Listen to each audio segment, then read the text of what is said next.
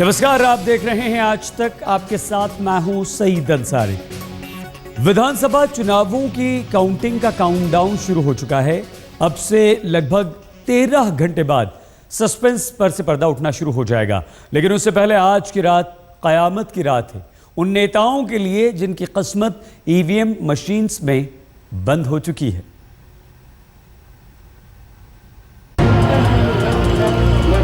Counting का countdown, बढ़ी है नेताओं की धड़कन। सर्वे में बीजेपी की बल्ले बल्ले, सट्टा बाजार का भी कमल पर दांव। दावे, वादे, आरोप, प्रहार और प्रचार के बाद अब वक्त है परिणाम का। समय आ गया है आपके फैसले का। कौन बनेगा हीरो और कौन रह जाएगा जीरो? किसके हाथ आएगी सत्ता और किसके हाथ से निकल जाएगी शक्ति? राजधानी दिल्ली में दंगल बीजेपी, कांग्रेस और आप के बीच है। आज तक ORG मार्क के ओपिनियन पोल और पोस्ट पोल में बीजेपी की बढ़त साफ नजर आ रही है। इंडिया टुडे ऑक्सिस की पोल स्टडी में भी कमोबेश हालात ऐसे ही नजर आ रहे हैं। चुनावी पंडितों की नजर में दिल्ली में कमल का खिलना करीब करीब तय है। केजरीवाल का झाड़ू भी कुछ इलाकों में सफाई करने में कामयाब हो सकता है। जाहिर है शीला का जादू टूटता नजर आ रहा है। हालांकि शीला दीक्षित का दावा है कि फिर से सरकार उन्हीं की बनेगी। रिजल्ट आने के बाद आम आदमी पार्टी कहीं नजर आने वाली नहीं है। हमें सिर्फ ये है कि आम आदमी की पार्टी की चर्चा बहुत हुई है और जब वो चुनाव का परिणाम आने वाला है तो केजरीवाल जी तो दिल्ली से बाहर चले गए।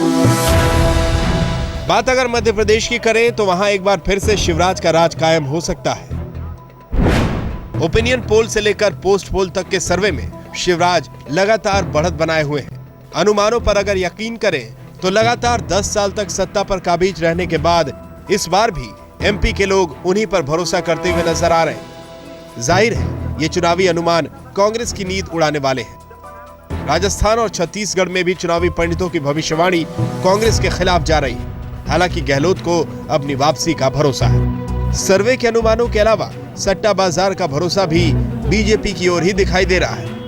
कल घोषित होने वाले 4 राज्यों के नतीजों पर देश भर में अब तक करीब 25,000 करोड़ का सट्टा लग चुका है। आज तक ब्यूरो।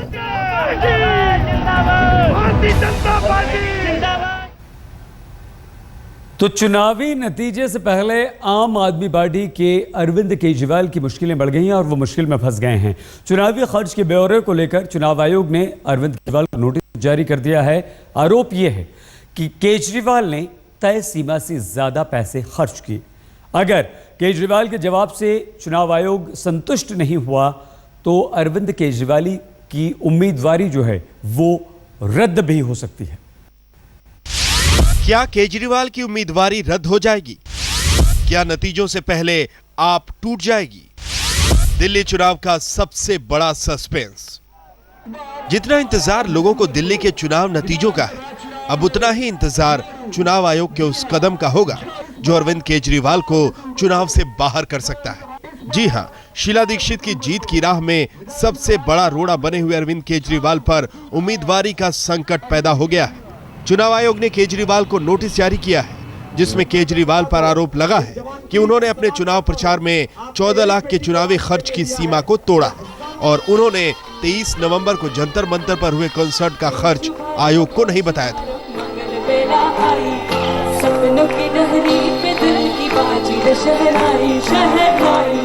13 लाख रुपए वो लोग जोड़ रहे हैं कि आपका जो कंसर्ट हुआ था वहां पे उसके जोड़ रहे हैं। जीत की गूंज, तो जीत की गूंज में जो पैसा खर्च हुआ, सारे के सारे आर्टिस्ट फ्री आए, जितने कलाकार थे सबने कोई पैसा नहीं लिया। लेकिन वो कह रहे हैं जी उससे मतलब नहीं है, पैसा लिया नहीं लिया, उनकी जो प्रोफेशनल फीस होती है हम उसको जोड़ेंगे और उसके हिसाब से फिर आपके चुनाव खर्चे तय होंगे। उनके ऊपर जो अपार धन लगा है उसका लेखा जोखा और ब्यौरा आम आदमी पार्टी को, जो कि भारत के चुनाव आयोग में रिकॉग्नाइज्ड तो नहीं लेकिन रजिस्टर्ड पॉलिटिकल पार्टी के रूप में है, उसको लेखा जोखा देना बनता है। आम आदमी पार्टी अपने कंसर्ट में भले ही ये दावा करे कि उन्होंने कोई फीस नहीं दी, लेकिन जानकारों की माने तो पेच इतना आसान नहीं दिखता। नियम के मुताबिक हर पार्टी और चुनाव उम्मीदवारों को प्रचार से पहले ही अपने उन स्टार प्रचारकों का नाम चुनाव आयोग को बताना पड़ता है जो पार्टी के सदस्य नहीं। इस मामले में भी यही हुआ है। विशाल ददलानी जैसे गायक संगीतकार आम आदमी पार्टी के सदस्य नहीं है। अगर चुनाव प्रचार करने वाला स्टार पार्टी का सदस्य नहीं है तो फिर चुनाव आयोग उस स्टार प्रचारक की बाजार में चल रही कीमत के आधार पर खर्च को पार्टी के खर्च में जोड़ देती है। ये नियम इसलिए बनाया गया था क्योंकि अक्सर चुनाव प्रचार के दौरान पार्टियां स्टार प्रचारकों को कैश में पेमेंट कर उनका खर्च दिखाने से बच जाती है। ऐसे में केजरीवाल कानूनी दांवपेच में फंस सकते हैं और अगर चुनाव आयोग ने उन्हें दोषी माना तो फिर केजरीवाल को सीट जीतकर भी खाली छोड़नी पड़ेगी। लोकसभा चुनाव में इस सीट पर बीजेपी वरुण गांधी को उतारने वाली है। उम्मीदवारी घोषित होने के बाद अतीक अहमद से बातचीत की हमारे सहयोगी बालकृष्ण ने। अतीक भाई, अगर आपसे सीधे सीधे पूछूं तो ये कहना गलत होगा कि आप विख्यात नहीं कुख्यात नेता हैं? कुख्यात इस सेंस में कि अच्छे पॉलिटिशियन लोग जानते ज़्यादा हैं। जिसका दायरा ज़्यादा बड़ा हो वो कुख्यात कहलाएगा और जिसका दायरा छोटा हो वो सीमित रहेगा।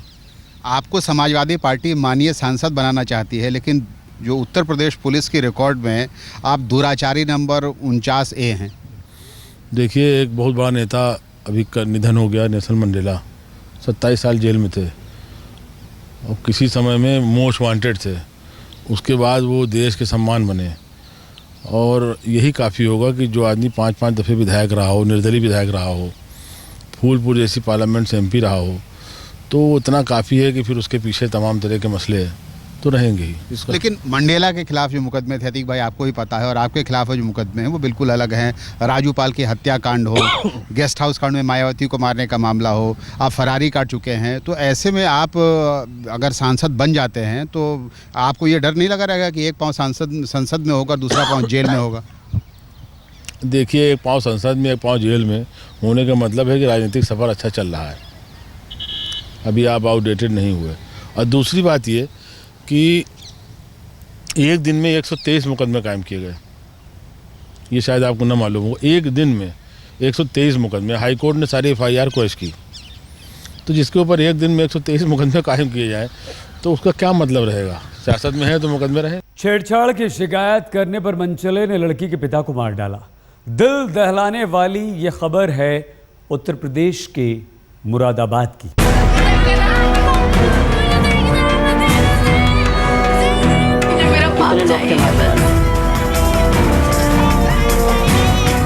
छेड़छाड़ का विरोध करने में लड़की के पिता का कत्ल। यूपी में ये क्या हो रहा है? वारदात मुरादाबाद के कटघर कोतवाली इलाके के जाहिद नगर करुला की है। आरोप है कि 11वीं में पढ़ने वाली पीड़ित छात्रा जब कॉलेज से घर लौट रही थी तो जिम चलाने वाले मेराज नाम के एक शख्स ने उससे छेड़छाड़ की। लड़की ने घर आकर पूरी बात अपने पिता को बताई, जो उसी इलाके में एक रेस्टोरेंट चलाते हैं। लड़की के घर वालों को जब छेड़छाड़ का पता चला तो वो सीधे आरोपी के घर पहुंच गए, लेकिन कहा जाता है कि वहां दोनों पक्षों में कहासुनी हुई और धीरे धीरे मामला गर्मा गया। कहा जा रहा है कि आरोपी युवक और उसके साथियों ने मिलकर लड़की के घर वालों की डंडे और लोहे की रॉड से पिटाई कर दी, जिसमें लड़की के पिता और उसके दोनों चाचा जख्मी हो गए। इलाज के दौरान लड़की के पिता की मौत हो गई, जबकि लड़की के एक चाचा का मुरादाबाद और दूसरे चाचा का मेरठ में इलाज चल रहा है। लड़का है जो मुझे रोजाना छेड़ता है रास्ते में, मुझसे बदतमीजी बात करता है, मेरे ऊपर छूटे फेंकता है। वो मुझसे एक बार उसने ये भी कहा कि उसने किसी से कहा था कि मैं इसको उठवाऊंगा। मैंने पापा से कहा, मैंने सुन लिया था ये। तो मेरे पापा जैसे गए, मेरे पापा को बहुत ज्यादा उसने मारा है उससे। लड़की के घर वालों का आरोप है कि वो लोग जब शिकायत लेकर थाने पहुंचे तो वहां पुलिस ने FIR दर्ज करने के बजाय NCR मामला दबाने की कोशिश की। FIR तब लिखी गई जब लड़की के पिता की मौत हो गई। हालांकि FIR में हत्या की धारा लगाने के बजाय गैर इरादतन हत्या की धारा लगाई गई है। जिनके खिलाफ मुकदमा पंजीकृत कर लिया गया है और एक मुलजिम को गिरफ्तार किया जा चुका है, तब दूसरे की गिरफ्तारी और शीघ्र इनको गिरफ्तार कर लिया जाएगा। एक आरोपी गिरफ्तार हो चुका है, जबकि बाकी फरार है। शरद गौतम, मुरादाबाद, आज तक। क्या ट्रेन में सीट को लेकर कोई किसी को गोली मार सकता है? जी हां, मुंबई के लोकल ट्रेन में ऐसी ही एक वारदात हुई। सीट के विवाद में एक यात्री को कुछ लोगों ने गोली मार दी। मुंबई की लाइफ लाइन में सनसनी, सीट को लेकर कहासुनी में फायरिंग। मुंबई के नाहर स्टेशन के पास से गुजर रही लोकल ट्रेन में शुक्रवार रात उस वक्त सनसनी फैल गई जब सीट के मामूली विवाद में एक मुसाफिर ने तबरेज जेठवा नाम के एक दूसरे मुसाफिर पर फायरिंग कर दी। 25 साल के तबरेज को 2 गोलियां लगी, एक सीने के नीचे और दूसरी गोली कंधे पर। जख्मी तबरेज को सायन अस्पताल में भर्ती कराया गया है। गोली मारने वाला आरोपी अपने बाकी 3 दोस्तों के साथ फरार हो गया। सीट को लेके उनका कुछ झगड़ा हुआ, फिर 4 युवक बाहर निकले, उन्होंने उसके ऊपर 2 राउंड फायर किया। सीट से वजह से झगड़ा हो गया और उसके पैर के ऊपर पैर दिया तो उनमें झगड़ा हो गया। वो बोला गाली क्यों देता है, वो झगड़ा हुआ तो बोला नाहौर पे आता हूँ तो देखता हूँ बोले। जैसा नाहौर जंक्शन आया तो उन्होंने उसके ऊपर एक आदमी ने फायरिंग किया और वो टोटल 4 आदमी थे। इस वारदात का एक और शर्मसार करने वाला पहलू ये रहा कि जख्मी तबरेज दर्द से तड़पता रहा, लेकिन कोई भी उसकी मदद के लिए नहीं आया। कत्ल की कोशिश का मामला दर्ज कर पुलिस ने स्टेशन के सीसीटीवी कैमरों की मदद से तहकीकात शुरू कर दी। दिवाकर सिंह, मुंबई, आज तक।